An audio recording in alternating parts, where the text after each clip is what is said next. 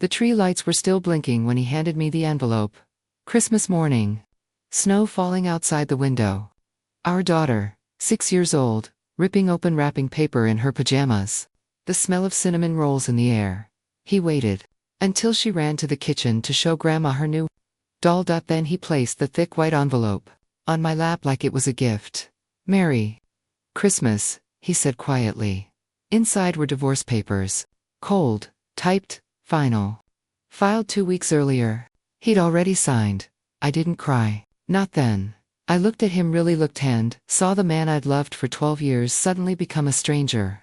The same hands that used to hold mine during late-night talks now carried papers that erased us. "My name is Claire. I was 30. We had the house with the big windows, the swing set in the backyard, the life everyone envied.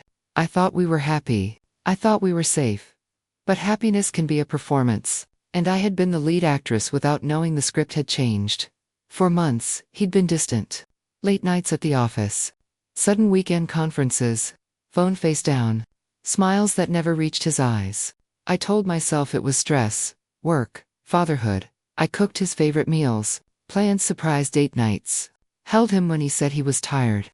I believed if I loved him harder, he'd come back to me. What I didn't know that Christmas morning was that he'd already moved on. What I didn't know was that my best friend, Lauren, had been watching everything unfold, and what I didn't know until 3 days later was that she had an envelope of her own. Lauren and I had been inseparable since college.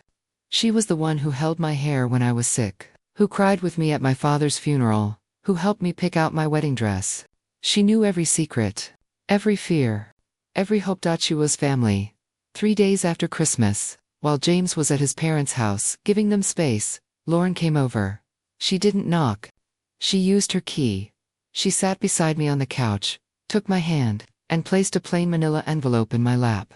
"Open it," she said softly. Inside were screenshots, bank statements, hotel receipts, messages, photos, a timeline of lies, James and another woman, not just an affair, a double life, a second apartment, a second bank account, a second future he'd been building while I decorated our Christmas tree. Lauren looked at me with tears in her eyes. "I followed him," she whispered. "I couldn't let him do this to you." I stared at the papers until the words blurred. Then I looked up at her and asked the only question that mattered. "How long have you known?" 3 months, she said. I waited until I had everything. Proof, dates, names. I wanted it to be airtight. That moment, something inside me cracked open, not from pain, but from clarity. The woman who had begged for scraps of love was gone. In her place was someone colder, clearer, ready. The next weeks were a slow unraveling. James came home acting like nothing had happened. He kissed my cheek, asked about my day, played with our daughter. I let him. I smiled. I cooked dinner. I waited. Every night I studied the envelope Lauren gave me. I memorized dates, cross-referenced receipts, saved everything to a hidden cloud drive. I met with a lawyer quietly, in another city. She listened to the story without flinching. "You have more than enough," she said. "Adultery, financial concealment, hidden assets. We can make this very uncomfortable for him." I didn't want revenge.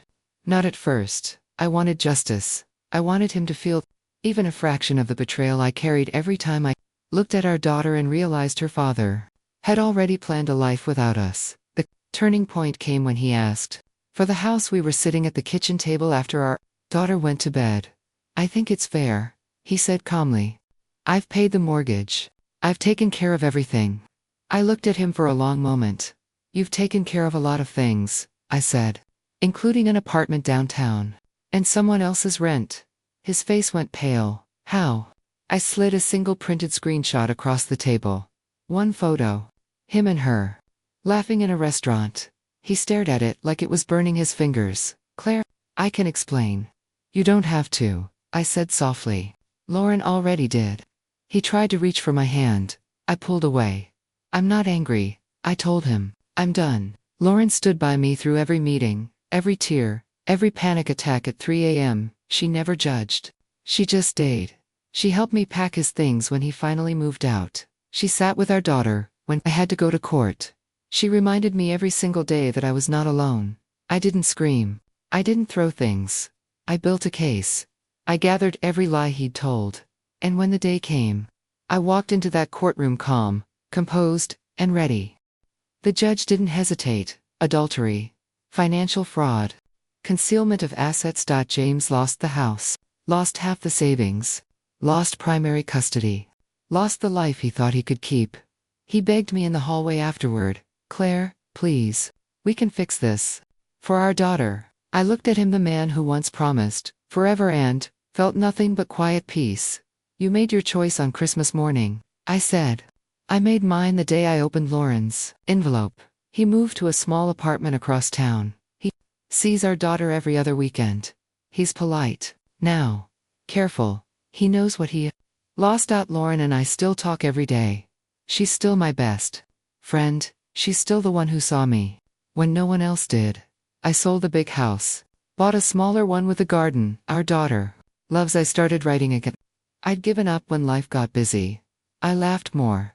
I slept better. I lived without apology. Betrayal doesn't always come with fireworks. Sometimes it arrives in a quiet envelope on Christmas morning. And sometimes the greatest revenge isn't destruction. It's survival. It's choosing yourself when someone else chose to leave. It's surrounding yourself with people who stay. I'm Claire. I was served divorce papers on Christmas. I was shattered. I was betrayed. And then I was free. If someone tries to erase you from your own story, don't disappear. Gather your truth, find your people, open the envelope, and write the ending they never expected.